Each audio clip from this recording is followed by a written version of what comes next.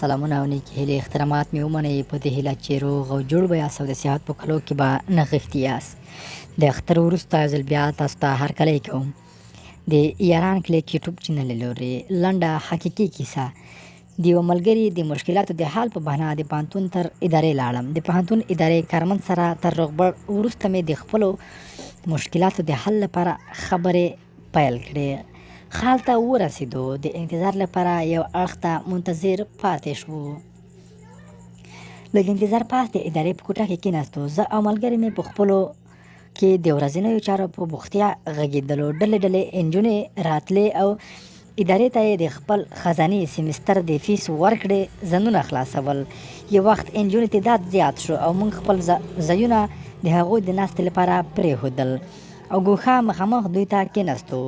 یوه نجلۍ چې تر ډېره منتظره وه خو د نورو ګوښه هم نه وه.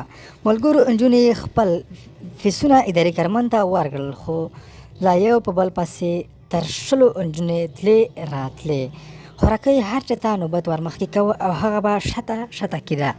موږ یې د زړه څه خبرو. یو څو نجونې پاتې وې چې د هغې د زړه خبره ادارې کارمند ته څه داسې وکړه: مدیر صاحب، ما خو لا فیس نه دی راوړی. د امتحان تر منځني کېدو یا نیمایي کېدو به خپل فیس تاسو ته راوړم. مدیر صاحب مسک وړاندې شو او ورته زیاته کړه: موږ دې لننۍ امتحان ته نه پرېږدو. ته لا وایې چې د امتحان په نیمایي کې به درته فیس درکړم. خدای شته. تر ما دمخه زما ملګري وویل چې واخ، دا وګوره. زړه کې مې ډېر څه وګرځېدل او خپله چوپتیا مې غریو نیولې وساتله. ملګري ته مې زما څهرې څنګه ښکارېدله، خو ما په زړه سخت مات شوم.